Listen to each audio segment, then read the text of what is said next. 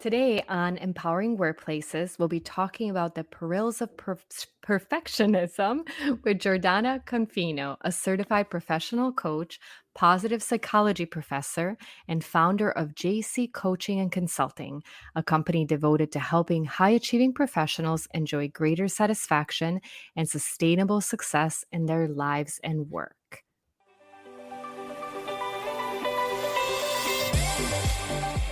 Welcome to Empowering Workplaces, a show for everyone who wants to make work better and more fulfilling. We are your hosts, culture designer Maddie Grant and organizational psychologist Sanja Licina. Join us in today's awesome conversation.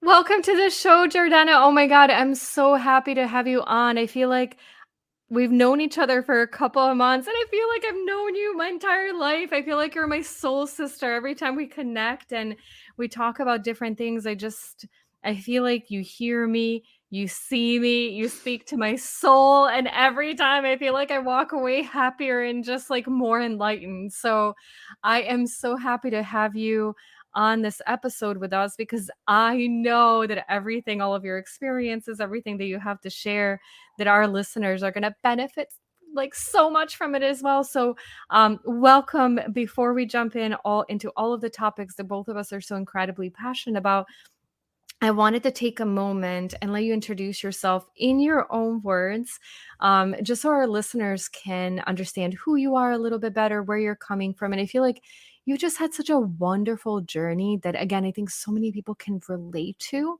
That before you start sharing all of this incredible wisdom and advice with us, for them to get to know you a little bit better. So, with that, I'd love for you to tell us a little bit more about yourself. Thank you so much, Sanja. And I'm like almost crying over here because of your introduction, but also my cheeks hurt because I'm smiling so wide because I'm so happy to be with you right now. And the feeling is mutual on all counts. And so I'm Jordana. I'm the founder of JC Coaching and Consulting. And my work now really focuses on exactly what we're going to be talking about today: addressing perfectionism and helping perfectionists kind of get out of their own ways and stop living a life of should so they can actually finally step into their power and enjoy the satisfaction and authentic vision of success that they want. And this topic has become a core focus of my work, and it really could not be closer to my heart because it's, as you kind of foreshadowed, it's directly inspired by my own story. So the listeners may not know this, but my blog is called Chronicles of a Recovering Type A+ Perfectionist. And there's literally no better title that could describe who I am and what I'm doing now. And I'm also a recovering lawyer. And for the longest time, while I was in law school and the early stages of my career, I wore my perfectionism as a total badge of honor. And I completely believed that the road to success, which I felt like I was on the fast track for, would involve throwing myself 150% into my work to the exclusion of literally everything else and, beating myself up along the way to get myself there. And this really did seem to work for me for quite a while. So I graduated from the top of my class at Yale Law School with straight honors and 2 prestigious federal judicial clerkships and the big law job offer. And for years in every academic and professional setting I found myself in, quickly earned the reputation of being the hardest working, most productive person in the room.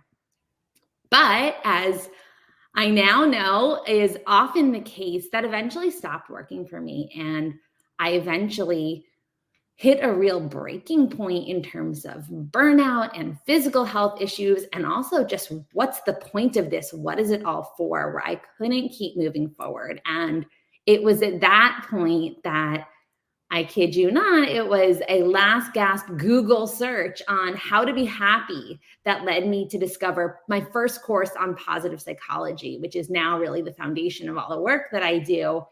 And took this course. It completely blew my mind, revolutionized my whole formula for both happiness and success. And I quickly became obsessed with it and decided that every high achieving professional needs this because most of them out there are just as ignorant as I had been. So both in the legal field and more broadly. And so I pivoted substantially, stopped practicing law, moved into a career where I was teaching and coaching on this material. I thought I was doing all the things right. I was honoring my values, all like, doing what the positive psychology people say. And then I burned myself out again. And I hit a second breaking point. And it was at that point that I realized that even though I had made all of these external changes to try to build myself up and propel myself forward and, foster my well-being, I hadn't done anything to actually change my relationship with myself or touch my perfectionism. I was still viewing that as a good thing. And I finally came to realize that, I could do all these things to build myself up, but if I was still tearing myself down from the inside out, which, as we'll talk about, really is what's at the core of perfectionism, operating from this deep-seated place of unworthiness, I was never going to be able to do any of the things or reap any of the gains that I was working so hard to cultivate. So it was kind of this wherever you go, there you are epiphany, which inspired me first to get really serious about addressing this issue for myself. And now it's really, while I do focus on positive psychology more broadly, often perfectionism will be a foundational starting point when I'm working with my clients, because without addressing this, I really don't think that it's possible to make that much sustainable progress in many, many other areas. Well, thank you so much for sharing your journey. And I think it's so important for everyone listening to like really hear that it is a journey, that it's not something where you just arrive and it's like, oh, I've solved this or I've identified it. I know what it is. It's something that we continue to work on. It gets better. Sometimes, we fall back into our tendencies, but it's definitely something worth spending time on. And so as we go into perfectionism itself, how would you define it? Like when you talk about perfectionism, what does that mean to you? Because I think it's funny. I just thought of Brene Brown's book where she defines like all of these emotions, and I think it's called Atlas of the Heart. And I remember reading through all of it and how important it is, like, what is a specific word that we use? What does it actually mean to us? And what does it mean in general? So we'll take a page from Brene Brown's book and start with, to you, what does perfectionism mean? Oh yeah. And all hail the queen, Brene Brown. She is behind so much of what I'm doing these days. So what is perfectionism? And perfectionism, the way that I define it, is really a ceaseless striving towards unrealistic standards with a few important points alongside that. Driven by fear and coupled with these maladaptive protective mechanisms. And so I'll kind of unpack what that is, but I think the most important starting point is, what is perfectionism not? Perfectionism is not drive. It's not commitment to excellence. It's not meticulous attention to detail. That is often what people are thinking about when they say that they're perfectionists, which is why we're also damn proud of our perfectionism and why, we humble brag, oh, my weakness is my perfectionism when someone asks us on a job interview. That's also why we can't get rid of it, because we don't want to, because we think it's helping us. So all of those qualities are excellent, and we can keep them while getting rid of what perfectionism really is, which is this really deep-seated fear of unworthiness and not being good enough that's causing us to ceaselessly, continuously pursue these unrealistic goals, at least in an unrealistic manner, and to try to enhance our ability to do that by beating ourselves up in the process. And so it's really important to recognize that a perfectionist and a non-perfectionist high achiever can have the exact same goals, actually, but it's their expectations for how they get to them.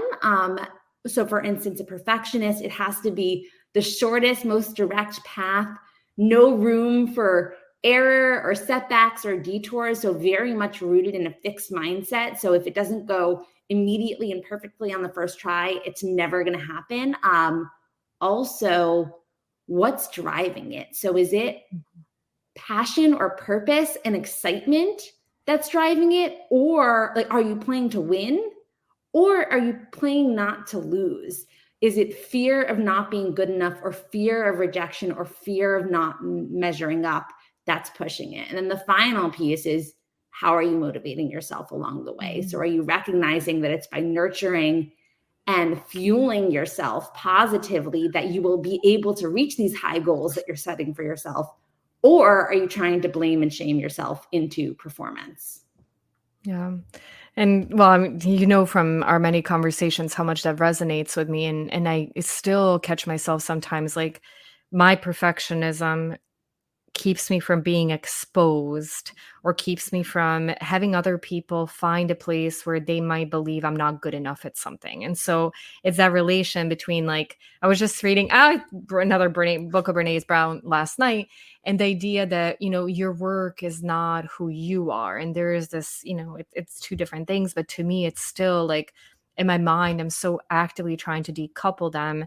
And I realized that my defense mechanism is, if I cover all my bases, if I do this where there's no flaws, then nobody can, poke in and say, well, you didn't do this well enough, or this wasn't, 100% complete. And like, what I end up doing probably 99% of the time, it's hard to quantify because I continue to do it, is I overdo it. I spend too much time on something just to make sure I cover all of my bases, just to make sure that somebody doesn't perceive me as not informed enough, not smart enough, not hardworking enough. And goodness, it's exhausting. And so I was recently listening to a talk by Marshall Goldsmith, and one of the books that I love from him, and I actually need to put it on my list to reread it because I read it many years ago, is "What got you here won't get you there."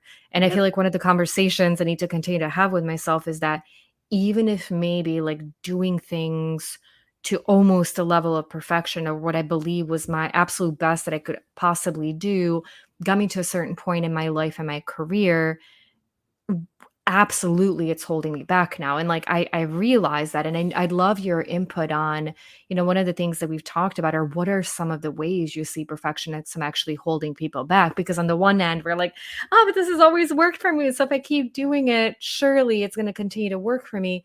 But the truth is, it won't. And so I'm wondering if you can just, maybe share some ideas or examples for where people could catch themselves, like, more concretely, to be like, oh my, like, I just spent all this time on this, and actually, instead of getting me ahead, which what I was hoping for, it's now holding me back. Yeah, absolutely. And I'm so glad that you mentioned that book, because what got you here won't get you there it is absolutely perfect.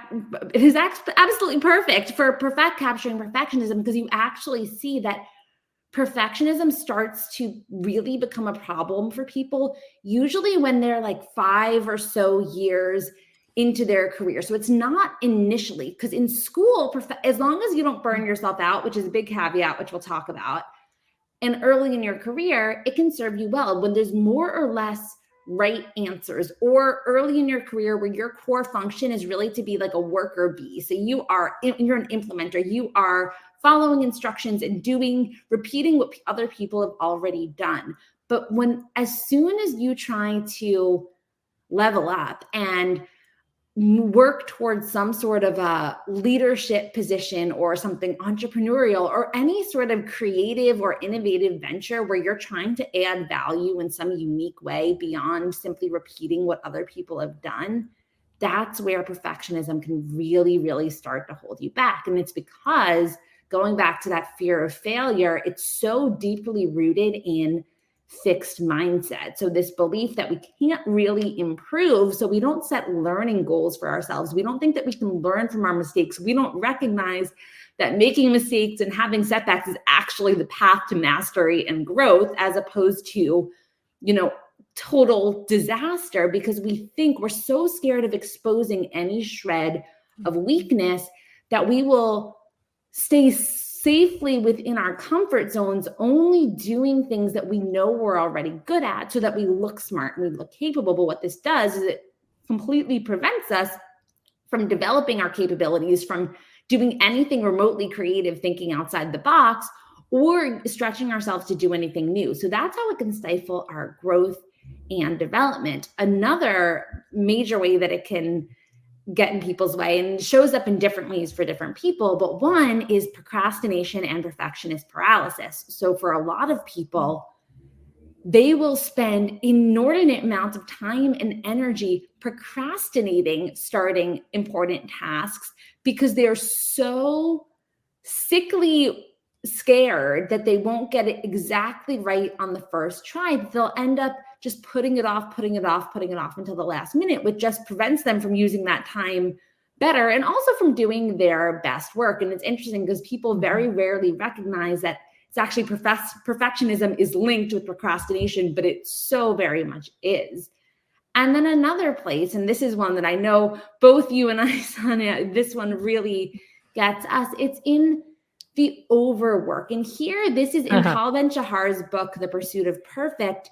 He distinguishes the fear of failure from the fear of success. So the fear of success is different because this is where we are measuring our worth, not by our productivity and our past accomplishments, but by our next achievement. So this is as soon as we reach a goal, we can never even enjoy that success because we immediately switch to like, what is the next thing going to be? Which leaves us on this hamster wheel of ceaseless striving, which inevitably, if it doesn't happen in the first year of your career, it'll happen by year 5, at some point will lead to burnout and exhaustion and overwhelm, not to mention it's linked with depression, anxiety, eating disorders, chronic pain, all of these other sorts of things.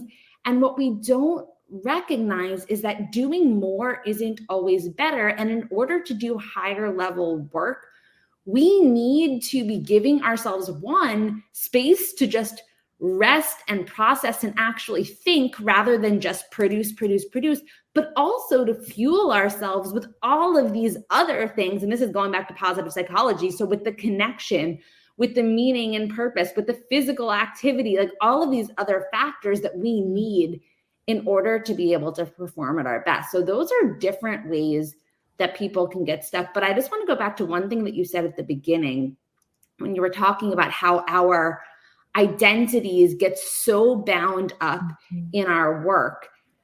And this reminds me of something actually. So this psychologist, Bob Vallerand, has this construct. It's the dualistic model of passion. And he compares people who are harmoniously passionate about something, which can be anything from, their sport to a creative endeavor to their work, and people who are obsessively passionate. And the difference is that they're both passionate. They both, really, really care about this thing. They view it as being central to their identity. They put a ton of time and energy into it.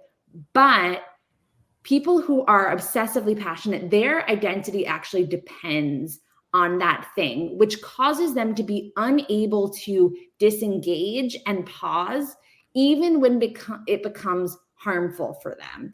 And so it's like, if you could think about the athlete who doesn't stop training even when they're injured because they just can't stop themselves from going and going. And we know this feeling with our work. And the issue is that because our identity becomes so bound up with this thing, we effectively squeeze everything else out of our lives that could give us a more diversified sense of identity. So our family, our friends, any other areas of our life. And it's all about this thing. But then the more that we squeeze the other things out, the more dependent our identity is on this thing. And it becomes this chicken and egg vicious cycle. And so that is really important to look out for as well.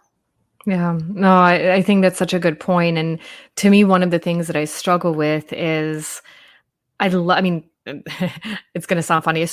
I love the work that I do. I love the profession that I chose. And I feel in many ways lucky because I chose it when I was, in my 20s. Like, what did I know about organizational psychology? I just thought it would be something I'm passionate about. And a couple of decades later, I feel lucky enough that even at that early age, like I found my calling.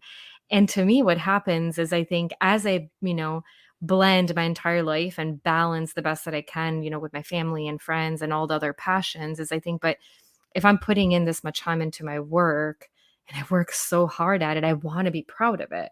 And I feel like if I'm not, I must be doing something wrong because I'm working too hard at it. But that's like, again, that's why I'm still a work in progress, because I haven't figured it all out, and because it is just, decoupled, and because not every day is going to be great, and not every month, and maybe not even every year. And that's something I'm still working through, which we'll talk about in a little bit, that self-compassion and giving myself a break. And so I want, before we switch to self-compassion, which I think is so critical in this, quest on getting out of our perfectionistic tendencies, is you mentioned a little bit about your journey and, really starting to actively realize where perfectionism kind of gets you and where it's holding you back. And so we were saying that it's, for a lot of people, it's kind of ingrained in who they are.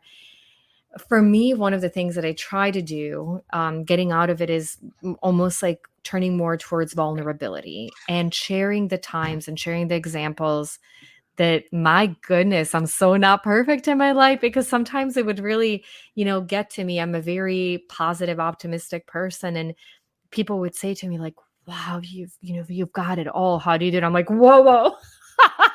Wait a minute, my friends. What do you mean by that? Because like everyone else, there's ups, there's downs, there's really, really hard moments, and there's brilliant ones. And so I started being more transparent with family, friends, like on social media, about things that are not going well. But what's interesting is that still didn't help me with those things that where I really wanted to excel. It almost like took a part of my perfectionistic tendencies out, but there's still this big chunk that I need to work on. And so what would be some of your advice, again, as we try to practice different things? I almost, think about it, leaning into a healthier lifestyle. And maybe you start with eating a little bit healthier breakfast and just taking a walk. Like, you don't necessarily get a personal trainer and start training for an hour, hour and a half every day. And you go, from being somebody that's, really not interested in health to somebody that's now going to be in Olympics. If we look at perfectionism in a similar way and starting to take those steps and continue with those journey, what are some things that you've seen, with people that you work with that have, maybe helped more generally yield positive results or steps in the right direction? Yeah, absolutely. And it's so hard. And I completely agree with you, and that it's important to start with baby steps, because one thing that cracks me up is that, because now I primarily work with people who identify as being perfectionists, they try to perfect their perfectionism recovery. And so then I'm seeing them beating themselves up about like not doing enough to curb their perfectionism. Like, no, this is the same thing in a different outfit here. So I think starting small and treating yourself with self-compassion throughout, which we'll talk about, is essential. But I would really think about where's the biggest pain point for you? And so across the board, I think that cultivating self-compassion is going to be the most important thing, because really the thing underlying all of this, I believe, is that like desire to prove your worth and feel like you're doing enough for yourself or for others. So feel like you're doing enough. And what self-compassion can help you get to is recognizing like you are enough, period. And all of these things that you are passionate about, you can do them because you're exceptional, but you will be enough regardless. And if you can believe that, you'll actually be able to do so much more in a way that's driven by your excitement and your engagement, rather than this kind of fear-based, I need to do all of the things, and I need to do all of the things now, or they're not going to happen and it's not going to be good enough. And so we'll come back to how to do the self-compassion in a minute. But I think that even for what your example that you were giving before, where you're like, I love my work so much, and so I keep overextending because I want to do all these things and I care so much, is the first step is really stop and allow yourself to reflect on like, how is this going for you? And what are the costs? So like, you really care about this. And so you're stretching yourself too thin. And for some reason, this is bothering you. And so why is it? Is it because you're realizing that you're not actually showing up in the way that you want to for all of those things that you really care about, or at least some of them, because there's too many of them? Like, really allow yourself to identify the costs and the problems and recognize, oh, my brain is in this default where it's like, I really care about these things, and therefore I must work harder, I must do more, because that's how it's programmed to instinctively respond. But that's actually not working. That's not producing the outcome that I want. And so how can I achieve big picture perfectionism instead of yielding to this perfectionist impulse? And so what is big picture perfectionism?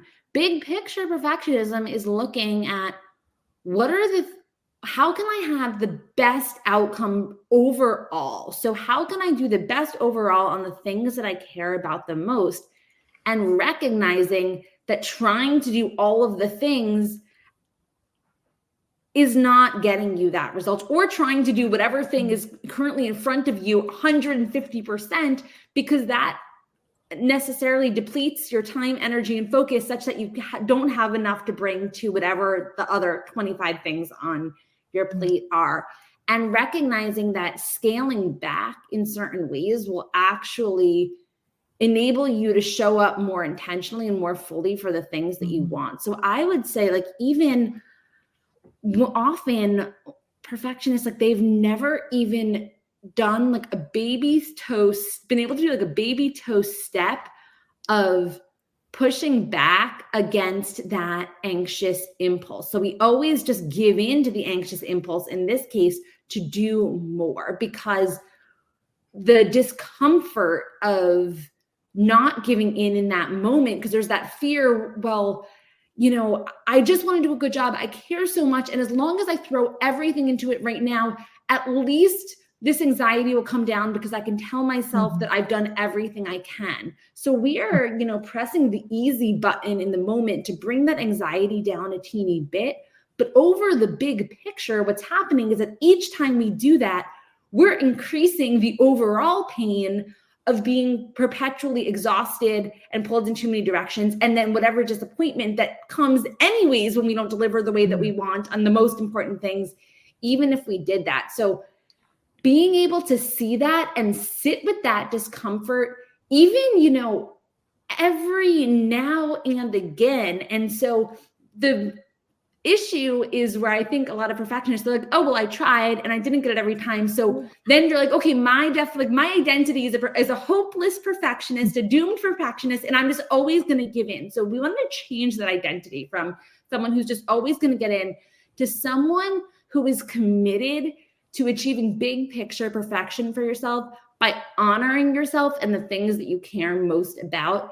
And that involves being able to brave not giving into that anxious impulse. And if you cultivate mindfulness, which everyone should do, if not for other reasons, but because it'll help you do this, you will see that impulse and you could see, oh, hey, that's my perfectionist impulse popping up. And it's telling me that if I listen to it, I'll feel better, but I know that's not true. So how can I take one step in the other direction and one step towards prioritizing the things that are most important to me and towards big picture perfectionism?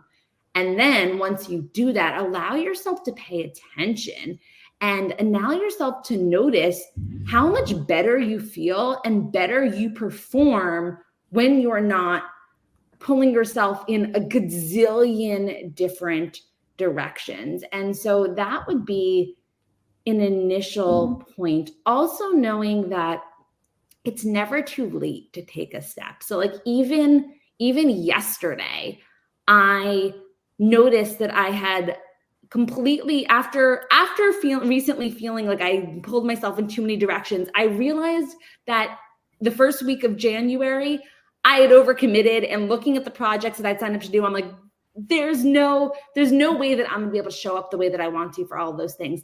And then I got mad at myself initially. And I'm like, Jordana, you did it again. You never learn. But you know what I did then? I challenged. First, I treated myself with some heavy dose of self-compassion. Then I challenged those limiting beliefs that it was impossible to say, actually, I reconsidered, I looked at things, and this actually won't work in this way. Could we do it this other way? As opposed to just instinctively doing all the things in the way that I normally would. And so I think that even just recognizing that your change doesn't need to be perfect, you always have that opportunity to take one step towards this greater freedom, as opposed to just being constantly chained to whatever the impulse is of your perfectionism. Yeah. No, thank you. I think that that's a lot of really good advice, and like I love that you've woven the self-compassion bit, because I do think that that's critical. I do think that for us, not beating ourselves up over when something doesn't go right or when we're not there 100%, or in the learning process, we'll need to lean on that a lot, because we'll make mistakes. We're human, right?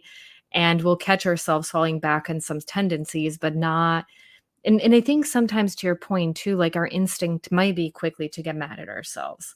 And again, to give ourselves the okay to say, all right, like that was my initial reaction, but my next reaction is that I know better. And so how do I think about this? And what's the new way? I think that part is critical, because I think if, as we're going through these iterations of learning and trying different things and doing better, beating ourselves up over it is not going to be the most, productive way, or the most like positive way to actually change our behavior. It's actually, I am obsessed with Kristen Neff's research on self-compassion, because honestly, perfectionists in particular, but most people, I feel like we're raised on this assumption that self-flagellation is the only or the most effective way to motivate ourselves. And it's not at all the case. So we think that if we're nice to ourselves when we mess up, it's going to make us weak, lazy, and complacent, and we're going to lose our edge and our drive to get better. And what Kristen Neff's research has shown is like, that is the opposite. So people who treat themselves with self-compassion as opposed to self-criticism in the face of setbacks in realms like from academics to professionals to athletics to behavioral change, all of these things, self-compassion is linked with learning, development, growth, and increased motivation. And it feels so freaking counterintuitive, which is why I love that there's science actually showing it. And so just to give you one example, in people who want to stick to an exercise regimen or a diet regimen, and they fall off the bandwagon, if they respond to their setback with self-compassion, they are so much more likely to get back on track and actually stick to it going forward than if they beat themselves up. Similarly, in an academic context, students who get a bad grade on a test, self-compassion, much more likely to study harder and do better on the next exam, as opposed to students who beat themselves up with self-criticism. Because what happens is when we criticize ourselves, we are implicitly teaching ourselves it's not safe to get back up and try again. And we're just kind of destroying our self-confidence. But even more than that, when we beat ourselves up, what it does is it sets off the amygdala, which is the emotional part of our brain that responds in the case of a threat or a stressor. And what this actually does is it turns off our prefrontal cortex, which is the part of our brain that governs rational thinking, which means that all we're thinking is, what's wrong with you? You're so lazy. You're so incompetent. Why couldn't you do better? What is that preventing us from doing? It's preventing us from taking a step back and actually putting on our rational brains and strategically looking at the situation and being like, okay, I'm upset with how that went. What can I learn from this? How can I do better next time? Which literally positions us to learn and grow from that. And so far from making us weak and complacent, we're setting ourselves up for growth if we can be kind to ourselves in these moments, and yet it feels so freaking counterintuitive. Oh, could not agree more. I could not agree more.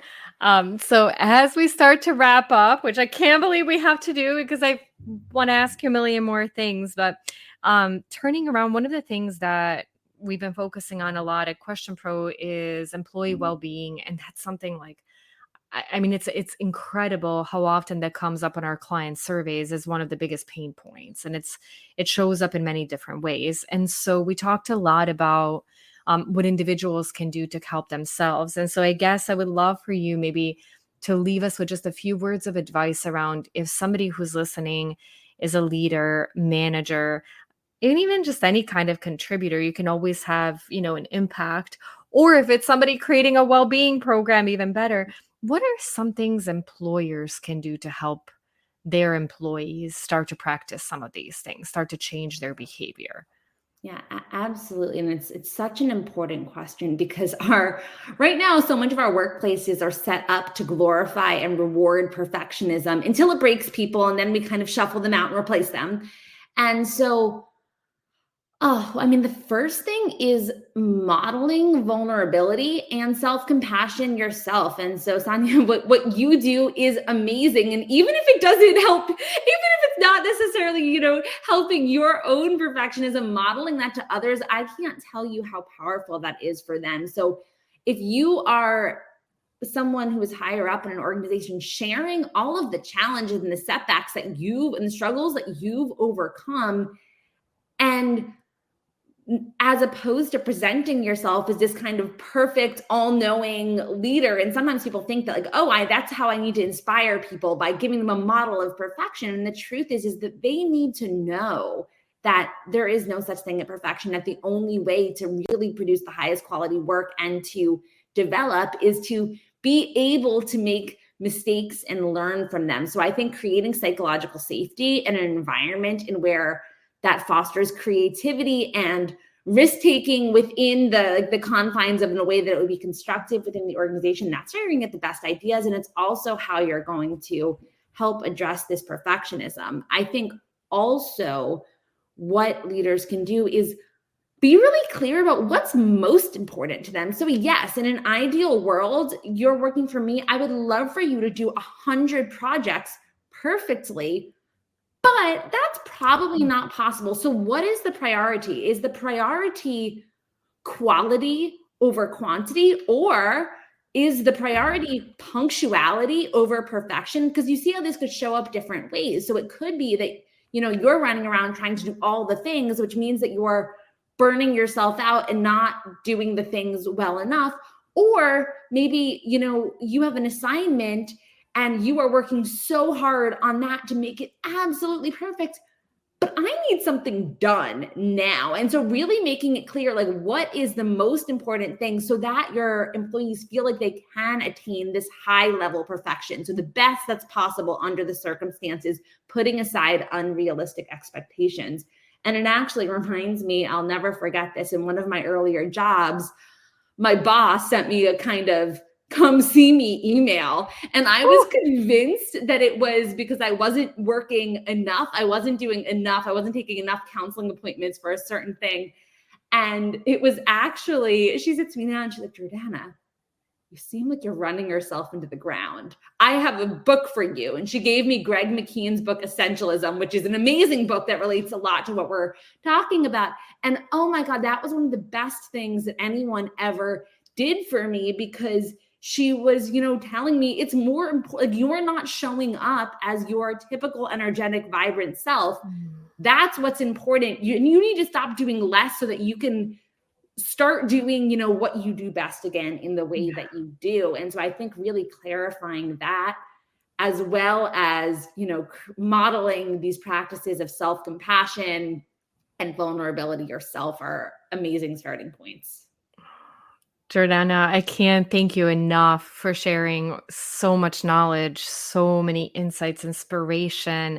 I wrote down, actually, even myself, a few books to read because I'm like, some of these I've read and some of these I haven't. For all of our listeners that would love to learn more about your work, maybe get in touch with you, where's the best place that they can find you? Yes, this is, as you can probably tell, this is my absolute favorite topic. And so if you want to learn more, if you want to talk about this more, JordanaConfino.com is my website. I'm also on LinkedIn, Jordana Confino, and you can find my blog, Chronicles of a Recovering Type A Plus Perfectionist, through my website, JordanaConfino.com as well. And please Yes. don't hesitate to reach out. This is my passion, my passion project. And, I've found my people through talking about it. So I love it, and I would absolutely encourage our listeners to follow you, get in touch. I know, I mean, you and I were introduced by a mutual friend, and I feel like all of our exchanges have just been so lovely and so beneficial. So thank you again so much for your time and for joining us, and thank you to our listeners for listening in. And Jordana, I'll talk with you soon, and everybody, will see you on the next episode. amazing. Thank you so much, Sanja. In addition to being the Empowering Workplaces host, I'm also the president of Question Pro Workforce, and I wanted to tell you a bit more about it because it so brilliantly aligns with our concept of empowerment. At Question Pro Workforce, we help organizations across the world better connect with their employees. We do this through continuous listening survey technology, as well as sharing our deep knowledge and expertise to help our clients know what questions to ask to most deeply connect with their workforce and take impactful action on data and insights they collect. Learn how Question Pro Workforce can be a great partner on your path to creating a really outstanding employee listening strategy and a remarkable organizational culture at questionpro.com/workforce.